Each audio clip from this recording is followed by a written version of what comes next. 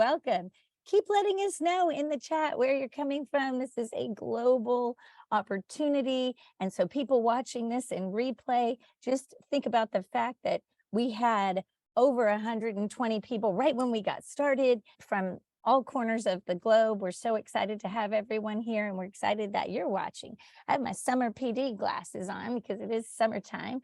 I'm here in Houston, Texas. My name is Dr. Carol Salva, and I'm honored to be one of the hosts of the MLSummit this year.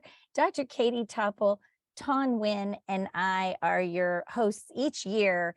Ton and I are the founders, and Katie came on right afterwards because we are very much in favor of DIY PD, which is what you're doing. And so we are going to go ahead and get started. But before I do that, I would like to introduce my esteemed colleague who is helping me this morning. Larry, would you like to say hello? Hi, everybody. I'm Larry Ferlazzo. I'm Carol's sidekick.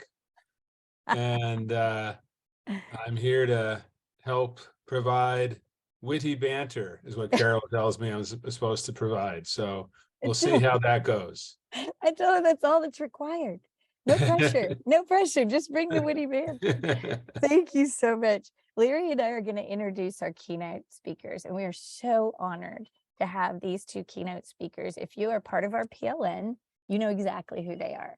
And if you're not, we welcome you. We ask you to join us. You can use the hashtag today, MLSummit, to follow along and to be connected with other people who are in our professional learning community on Twitter, Facebook, and other places, mostly on Twitter. So I am going to introduce Michelle Shory in just a moment, and I'm going to ask Larry to start with the introduction of Dr. McGrath. Great. Well, again, welcome everybody.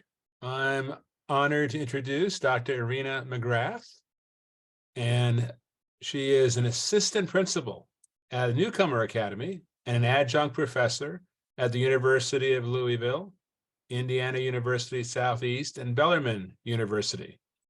I don't know how she does that, since I tried being an adjunct and teaching for a couple of years and couldn't continue it. So more credit to her.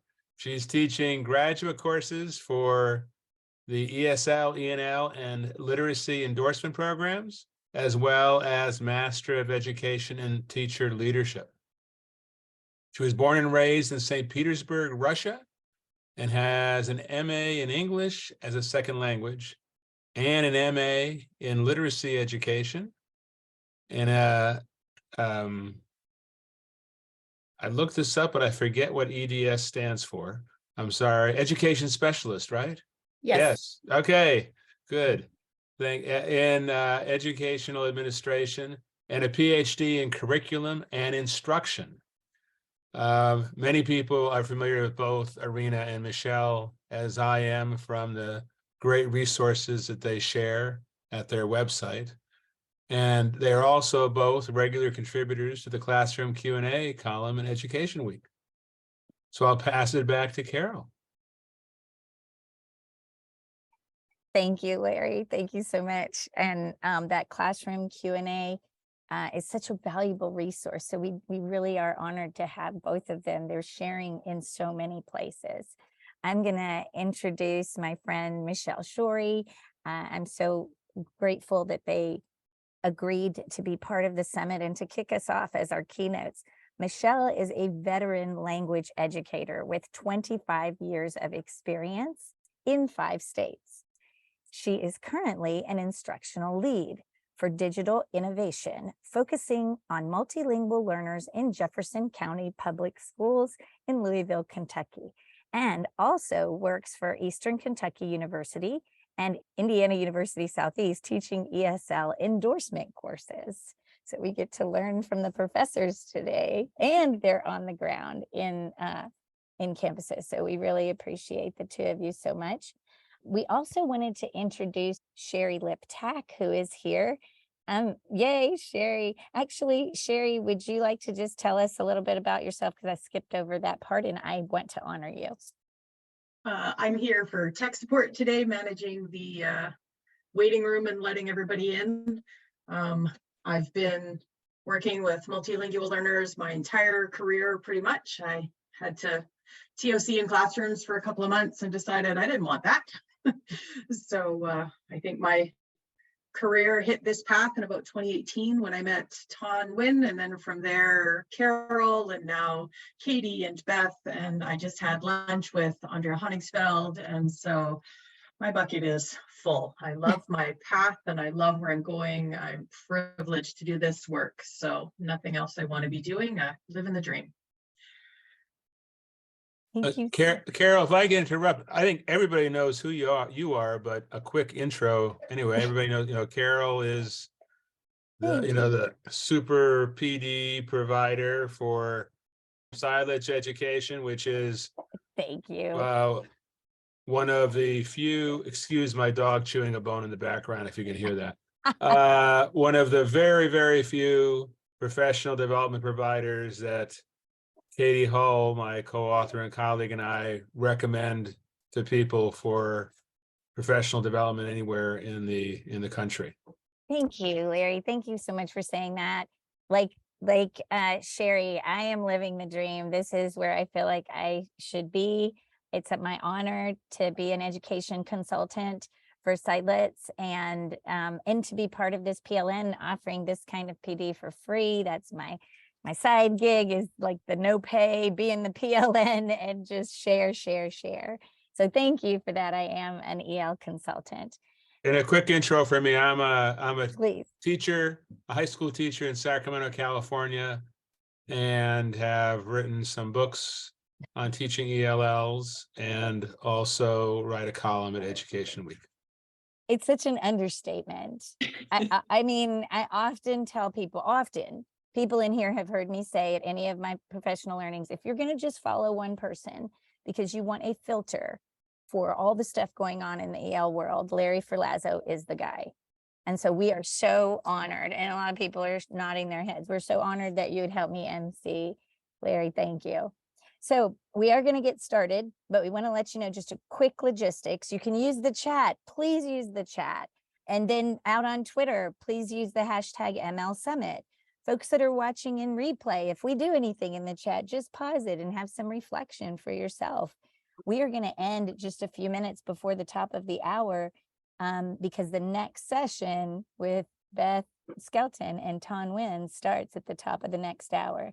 And then we have right after that, we have Jana Echeverria, Dr. Echeverria, and Dr. Katie Topple from SciUp sharing.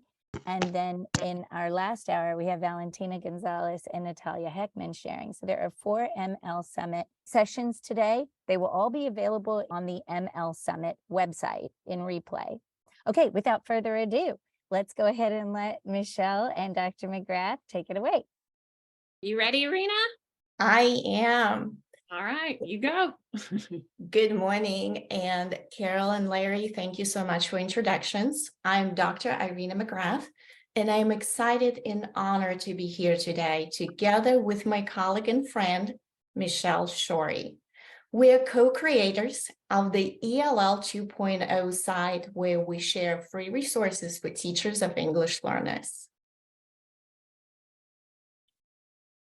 I'm Michelle Shory, and I too am excited to be here with all of you and my longtime friend, Dr. Irina McGrath. Fun fact, Irina actually hired me when I applied in JCPS 10 years ago. She was on the hiring committee. But in addition to working for JCPS, I also work for Eastern Kentucky University and Indiana University Southeast as an adjunct instructor. And as of July 1, after I wrote the bio, I have a new job. I will be working at Seneca High School in the classroom, in a school building, as well as being an in-school coach for ESL. And I'm very excited about that. As Irina mentioned, we are proud to be the co-creators of ELL 2.0. This is a passion project we started 5 years ago. This baby was born in 2018. And it's a place where Irina and I share research, practice, and a lot of times technology that we're using with students and teachers and leaders in our district. Again, this is a passion project. This comes from things we need in our professional lives, as well as things that have inspired us from all of you. So thank you for always checking out our resources, commenting, sharing, and most of all, letting us know when you use them. So the theme for today's keynote is all about complementary relationships. When we looked at the lineup for today, we were wondering, first of all, why we were invited, but we're glad to be here now. But we looked and we were in awe of all of the amazing presenters. And we just kept thinking about how all of them were complementary and how all of them had strengths that played together. We see lots of complementary relationships. For example, if you think about the color wheel, we have opposite colors on the color wheel that really provide pleasing combinations and really catch our eye.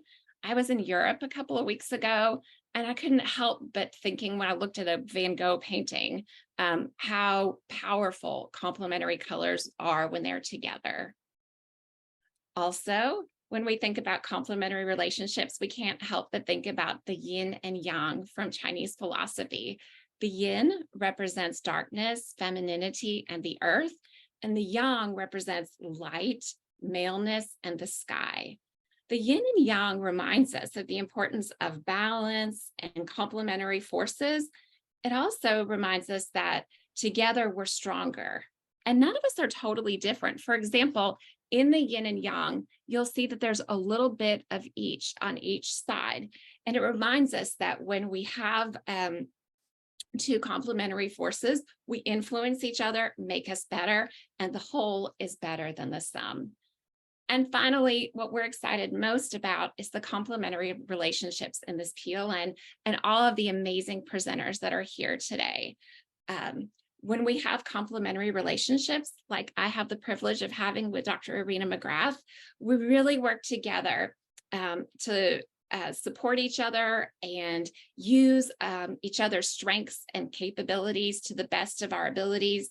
And complementary relationships are often they're important because they're always highlighted by a high level of trust and respect. That is so true. Complementary relationships have a transformative power that goes beyond individual capabilities. They bring together diverse strengths, perspectives, and skills, creating a synergy that drives growth and innovation. So throughout history, there are numerous examples that demonstrate how complementary relationships enhance the work and outcomes in various fields, including literacy and education. Among many examples are Dorothy Sayers and Agatha Christie. Both are well-known mystery writers, and despite their different writing styles and personalities, they developed a deep friendship and they mutually supported each other's work. Another great example is C.S. Lewis and Tolkien. Their complementary relationship enriched their work tremendously. Both were part of the Inklings, an informal discussion group where members engaged in conversations, offering feedback to each other and challenging one another to do better and to reach new heights in their writing. Another complementary relationship is Pierre and Marie Curie. This married couple worked together on so many research and discoveries, and they really worked together to shape our understanding of the atom. Another pair you might not think of, Tupac Shakur and William Shakespeare. Now, they both come from different times and different backgrounds, but they were both masters of words, and they both captivated audiences with themes like love and betrayal. And fun fact, if you Google who said it, Tupac or Shakespeare, you can find a list of quotes that are really fun to try to figure out, and it's harder than you think. And a last complementary relationship I'd like to talk about is that of Tina Fey and Amy Poehler. I love the female friendship that these two represent. Tina Fey is known for her clever writing style and satirical writing. Amy is known for her improvisational skills and a lot of acting in different series. But together they have admiration for each other and a shared love of making each other laugh. And I love, again, the power of these female friendships and how they can really influence an entire industry and empower us all to work together. So complementary relationships had a great impact on many fields, including literacy. Different countries and organizations have their own unique definitions of literacy. However, many of those definitions share some similarities, emphasizing that literacy is the capability to read, write, listen, and speak in a manner that allows effective interaction and comprehension of the world. Technology is something that can accelerate and enhance learning. We believe that technology can make learning more engaging and interactive.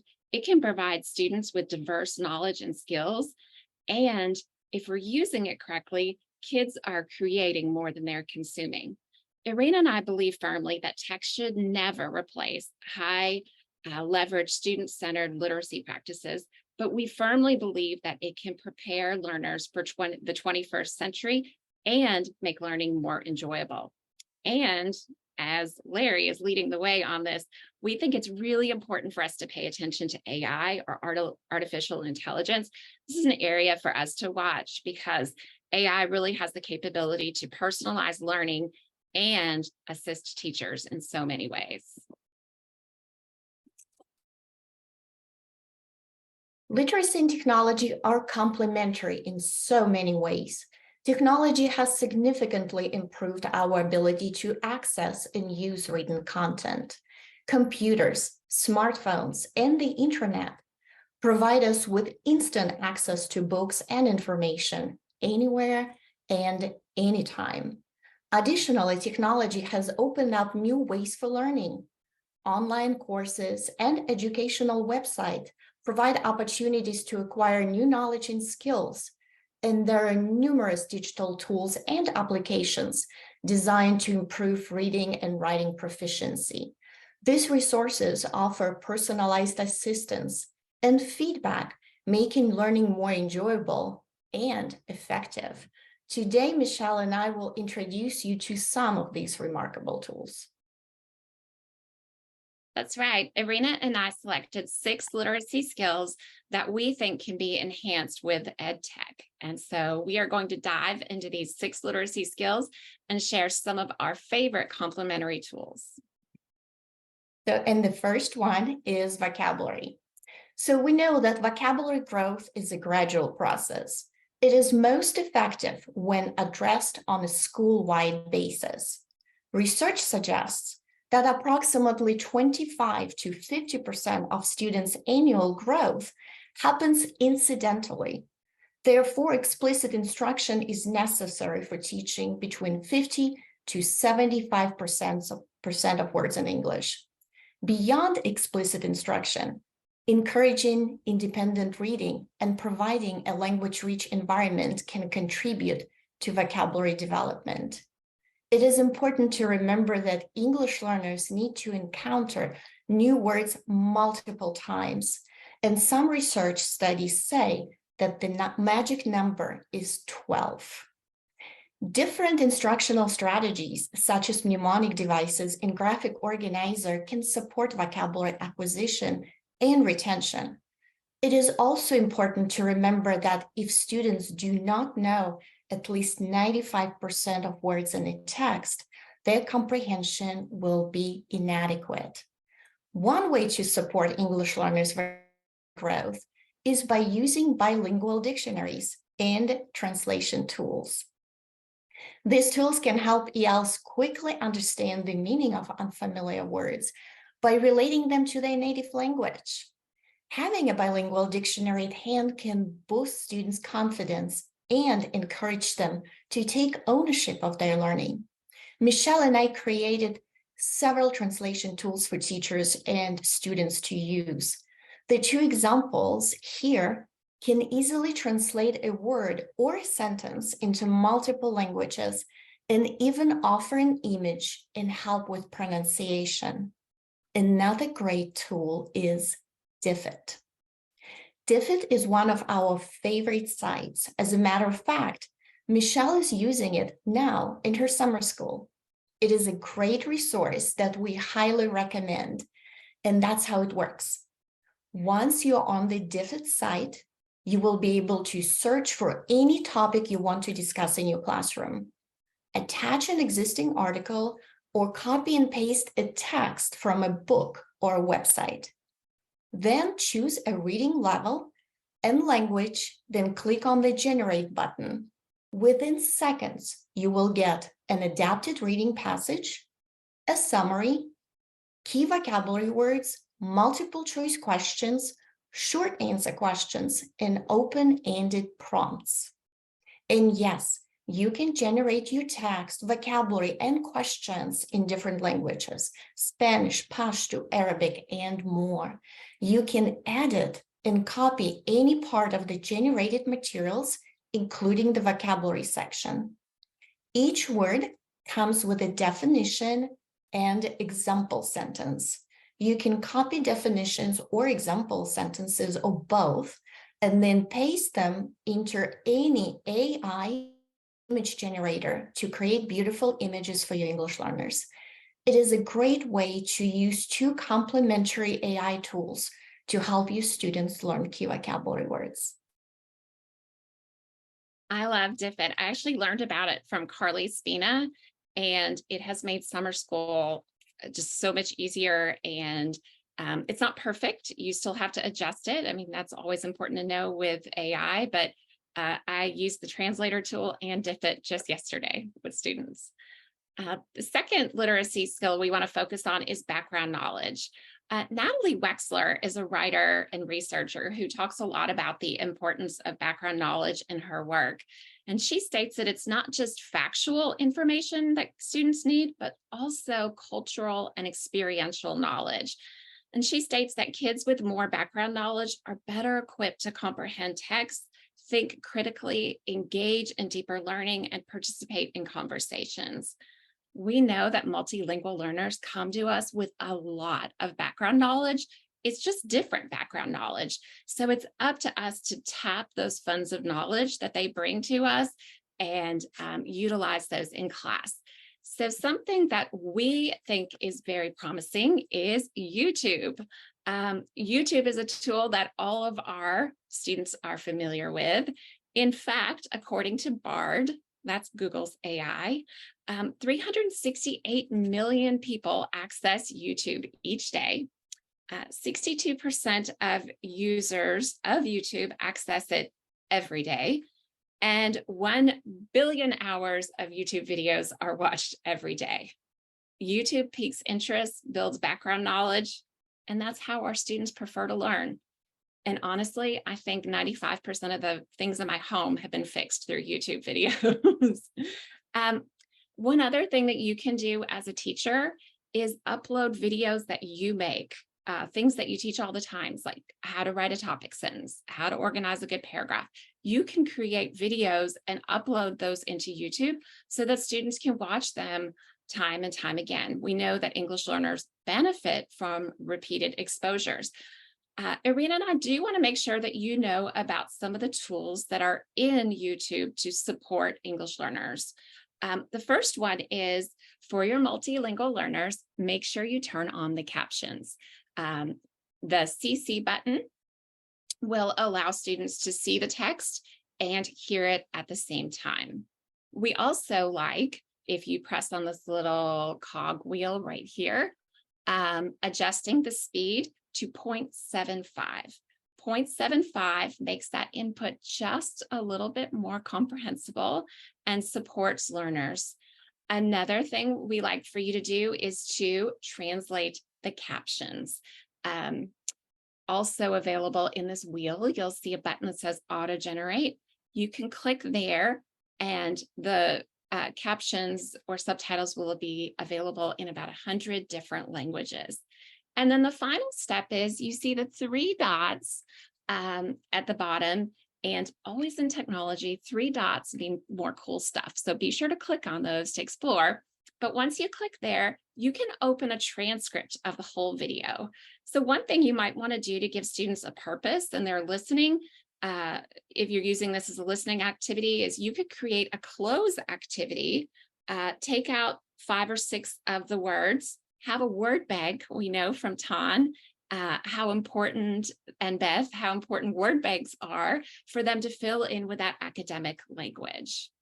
So that is YouTube. And again, if you're creating your own videos and uploading them into YouTube, how wonderful would it be for students to be able to have their teacher available in all those languages on demand at different speeds. The next tool comes from Holly Clark. If you're not following Holly Clark on Twitter, I don't know where you are, because she is amazing. She has high yield pedagogy, amazing technology, and she blends them together in such a smart way. And this is something that I learned from her in March at a technology conference here in Kentucky. This is called an Explore board. And Irina and I have this on our website. We have a template for you, this one, in fact. But the idea of the Explore board is for students to explore. And Holly makes the point of not making this a worksheet, not having a task. Students don't have to have questions at the end. What you do is let students explore. This does a couple of things. This allows students to explore and use different senses. It reminds everyone that we all come with different background knowledge. It sets a tone for curiosity, and it puts students in the driver's seat of learning what they want to know about the topic. One thing that I've done with this is set a timer. So put the Explore board up, set a timer for about 5 or 10 minutes, let students explore, and then afterward, have a sentence frame where students share what they are learning.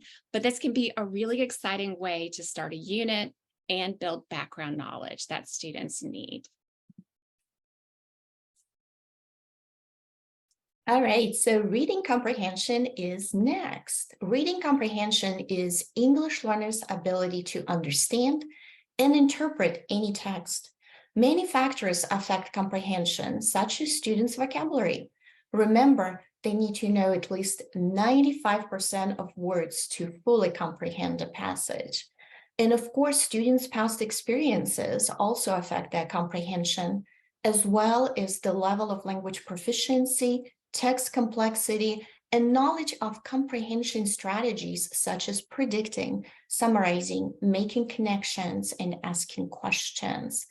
To help English learners develop confidence in reading comprehension, you can use the existing platforms that offer text at different proficiency levels. And many of you are probably familiar with a website called News and Levels. It offers world news for English learners in 3 different levels of English. But the link that we included in our resources today will take you to Days and Levels. This site provides articles about famous days in history in 3 levels. You can search for a specific day based on the theme, like disasters, exploration, science, or you can use the articles in order they appear on the site. Another way to assist English learners in comprehending text is by generating your own content using powerful AI tools like ChatGPT. To access this tool, you can visit chat.openai.com and either create a new account or sign in using your existing Google account. And many articles have been written on the educational applications of this tool, but one of our personal favorites is using ChatGPT to create differentiated texts. As you can see from this example, the topic that we selected is photosynthesis. ChatGPT produced 3 different texts at 3 different levels with different sentence structure and paragraph lengths. You probably can also tell that ChatGPT modified the complexity of vocabulary used in each paragraph to align it with different reading levels. The kindergarten level uses simple and familiar words. However, The vocabulary in the 6th and 12th grade level text is much more sophisticated, and it is more appropriate for intermediate and advanced readers. We know that repeated exposure to a text enhances the comprehension of English learners. So another tool we would like to share with you today is called Speechify. Speechify is the best free text-to-speech voice reader, in my opinion. You can upload a document, maybe it's a text that you created using Diffit or ChatGPT, then use Speechify to allow your students to listen to the text as many times as needed. You can adjust the speed, select which you want Speechify avoid reading, such as maybe headings and subheadings. Once everything is set, you can share a link to the document with your students, or you can download the text with VoiceOver. You can also add Speechify Chrome extension to listen to any article being read to you on the internet. I actually have it and I love this extension. Irina, I added Speechify, I don't know, a while ago, and it's so fun. Now it says before I hit send on an email, do you want me to read that out loud to you? Which is a great idea, because many times I think what I wrote is perfect, and in fact, it's not. So I've found Speechify to be really helpful too. The next area we want to talk about is fluency. Fluency is the fourth literacy skill that we think can be supplemented with tech. And fluency is the ability to read smoothly and accurately at an appropriate speed. Fluency does a lot of things to support English learners or multilingual learners.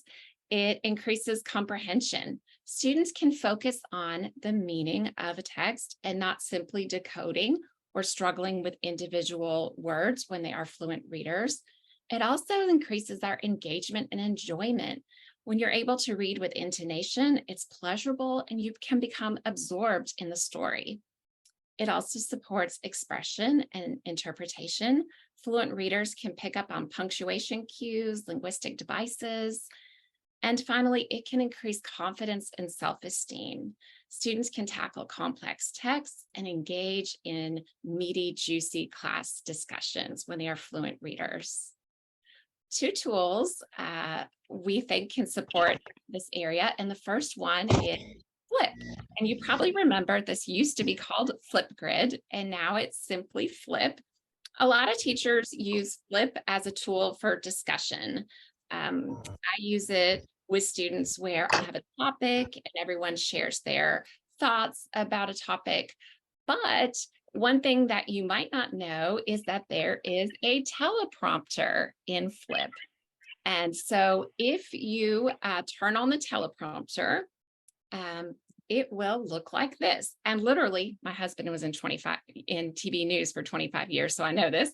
It will work just like a teleprompter on the screen, and students can follow along as they read the text. And how cool is that, that it's moving at an appropriate speed for them? They can practice. The great thing about Flip is that students can record their videos over and over. Also, students can reply to themselves over time. I read recently, Jana, one of our presenters, talked about the importance of students hearing themselves improve over time. So what's great about Flip is that students could reply to themselves over the year so they can see that progress over time. When using Flip for reading fluency, I would make it private, not an open group where everybody can see it.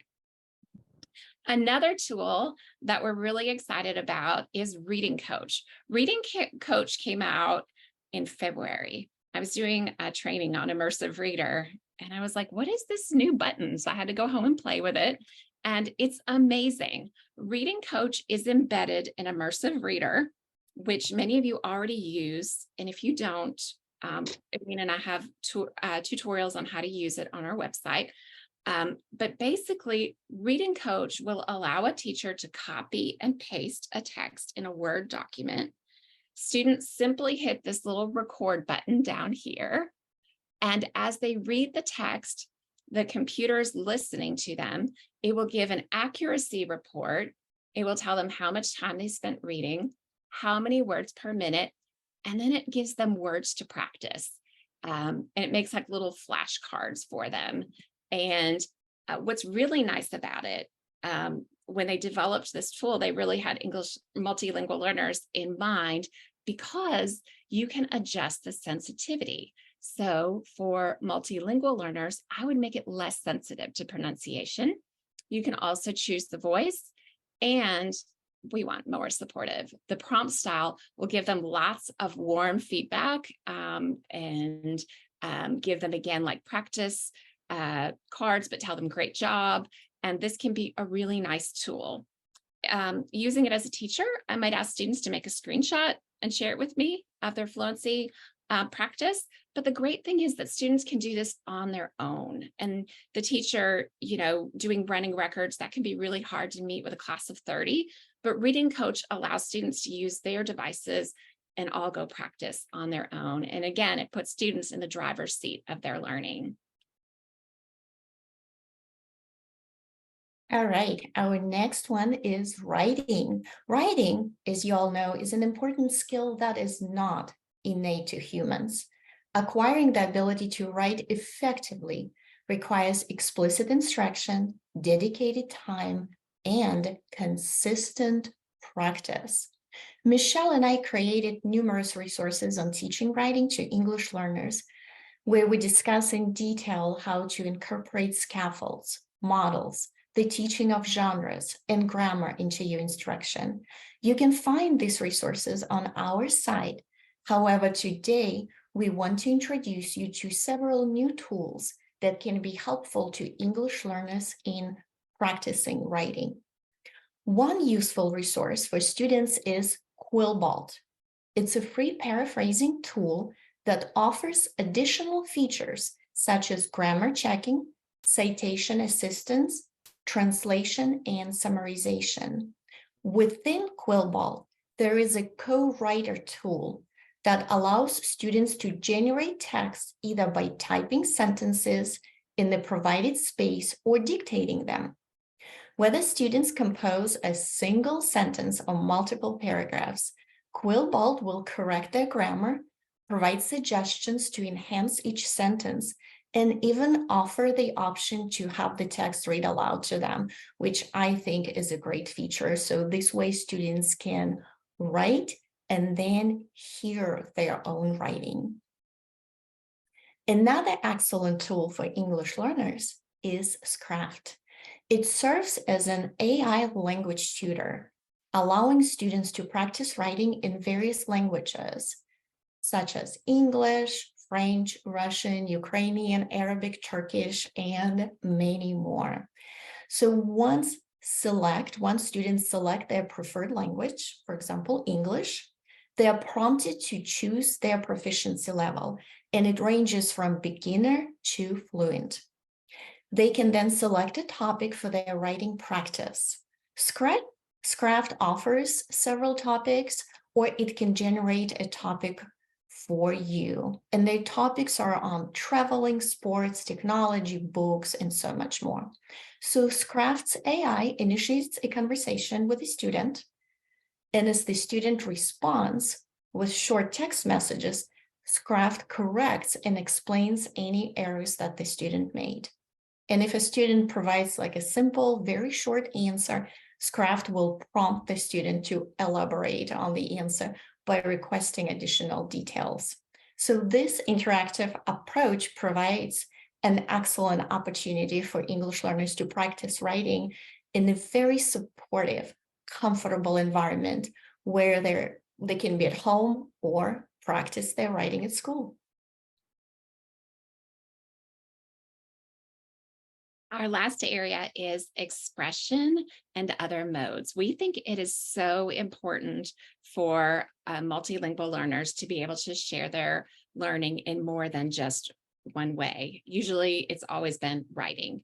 So multiple modes of communication is the ability to understand and express oneself using various formats. So that could be speaking, writing, reading, or listening, but also with visual representations. And when you think about 21st century communication, if you think about how we now communicate, it's layered. our communication is so layered. We have GIFs, we have videos, we have podcasts. It is so important that our students have these skills too. We need to be preparing students for 21st century communication, not just pencil paper writing. One of the tools that can do this is Canva. Most of you know about Canva, but I'm going to encourage you to dig around in Canva and realize that it can do more than just create pretty graphics. Canva can really help students create real life situations. If you dig around in the 3 dots, remember, more cool stuff, you're going to find projects like business cards, resumes, CD, playlist covers. I almost said CD covers and showed my age. But you can find so much more that students can use to create creative projects. If you look across this ribbon at the top, you'll see docs, whiteboards, presentations, social media, videos. There's so much that students can present to share their learning in multiple ways. And Docs is new. Docs is a new feature in Canva. And guess what? It incorporates AI through a button called Magic Write. So if you click the little yellow arrow here, if you go there, you'll find Magic Write. You can write a topic. Napoleon Bonaparte, give me some ideas. It'll start writing for you, help you find images. This is available for teachers, but not students right now. And one of the most promising features that I really like for teachers to help them save time is this convert button up here. If you create something in Canva Docs and then click convert, it will make a presentation for you. And in fact, Irina and I wrote our outline for today's presentation in Docs and clicked convert, and it made our slides for us. Now, of course, we had to do a lot of editing, but it did give us that start. There are a couple of other tools in addition to having students create with this that teachers should definitely know about. On the left-hand panel of Canva, there are apps. Be sure to click the apps. There are some really cool things there. The bulk create button can help you save time when you have to create certificates or awards for students at the end of the year. You can easily bring in a spreadsheet and print a certificate for everyone in the class to have Class Academy Awards at the end of the year. Also, there is a translate button in Canva. So if you make a welcome poster and you want to have bienvenue, bienvenidos, all the different languages, you click the translate button and it will make that graphic for you in all the different languages. So that's something that really can help teachers save time. But really, we want to encourage you to use it with students to create in a different way. Canva for Education is free for all teachers and students. Make sure you sign up for that account. And we have a link to that in our resources, because then you get lots more features available there. But again, Canva can be used for those 21st century skills like presentations, digital storytelling, blogging, videos, podcasting, digital art, all those things that we want students to be able to use to participate in that 21st century society. And then an oldie but goodie that maybe you haven't explored in a while is Padlet. I've always loved Padlet. Irina has too. We've used it in so many trainings with teachers. But again, click on the 3 dots. That means more cool stuff, because when you open Padlet, you're going to see that your students don't just have to respond with text. They can respond with a GIF, a video. They can make a video of themselves, an audio recording. There's also Spotify, which I have a 14-year-old daughter. We just have Taylor Swift songs coming up all day long. And the I can't draw button is a favorite. I am not like Valentina. I cannot draw. So the I can't draw button is something students can click and say dog, and it will draw it for them using, again, AI.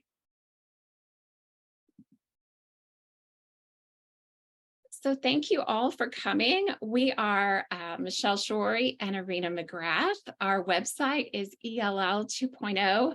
I think Sherry's going to drop the link to our website there. There's a QR code if you're not watching this on your phone and you want to scan that. We would be honored if you would follow us on Twitter. We do share resources most Tuesdays at 4-ish o'clock.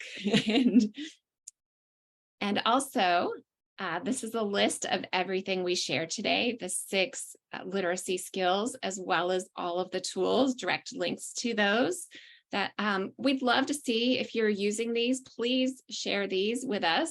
We'd love to see how they work with your students and in your context.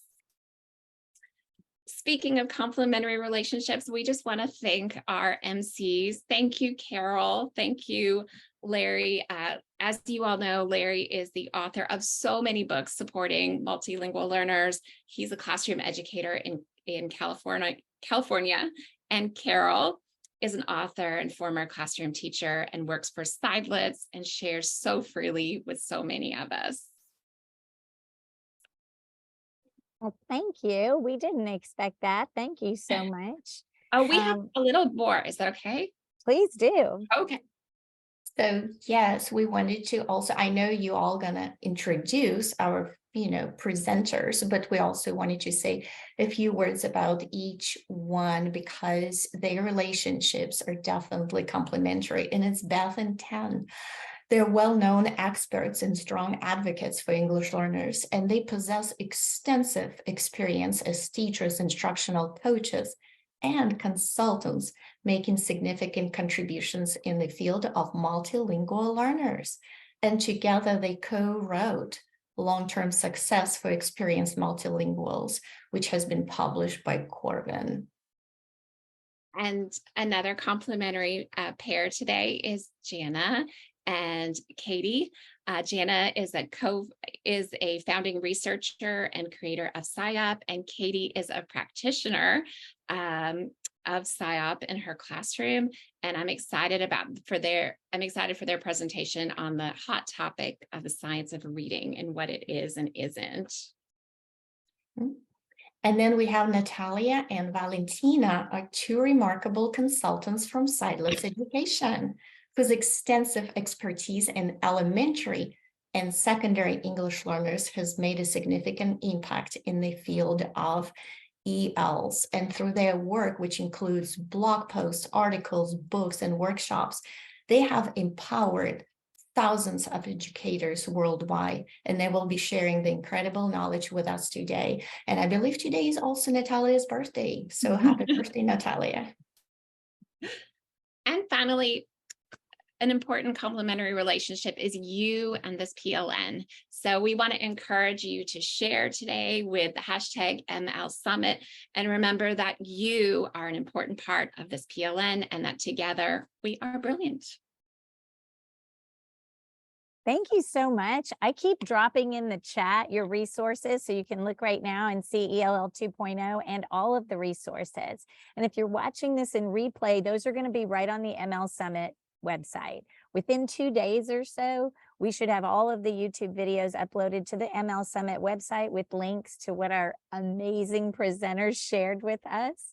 And we just couldn't think of better people because they are the essence of a complementary relationship together and then with us.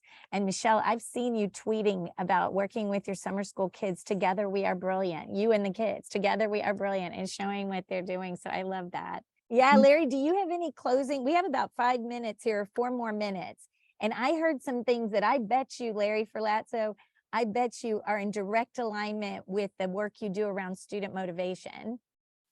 Oh, that was some great stuff and some great AI tools that were new to me. In fact, as the presentation was going, I sent an email to Irina and Michelle asking if they do a guest post for Ed Week, talking about how they're using AI with ELLs. So Incredible. no, it's great. I mean, their perspective of using AI, recognizing that these technology tools won't do anything by themselves, but with the support of a teacher and the guidance of a teacher, they can knock some balls out of the ballpark. 100%. I kept seeing the opportunity to personalize their learning and give validation and give feedback and show that progress. Larry, you taught me a new word. Yeah, looking at comparing your own growth as opposed to comparing your growth with others. Yeah, it's different if you're seeing how you're growing compared to the rest of the class than seeing how you're growing compared to the you back in August, compared to the you back in November. Mhm. And they brought up something like that using Flip now, replying, the kids replying to themselves, how powerful even just that one idea is. So thank you guys so much for It's everything. still that- early here in California, so my mind isn't quite as sharp as it might ordinarily be. You're just too brilliant. You're sharing too many things. But that book, that student motivation handbook that you just came out with, I gave that to my sister and she is over the moon, and she is not a person to do summer learning. So the fact that she picked up the phone and said, this is gold, I just appreciate it so much. Okay, so we're going to give you a couple of minutes. We will see you. We'll start letting folks into the next one. And we'll see you in Beth and Ton's session, which is the very next session. Thanks, everyone. I'm going to close out this soon. Thanks, everyone, for being here. And thanks, Irina. And thanks, Michelle. Okay, bye-bye.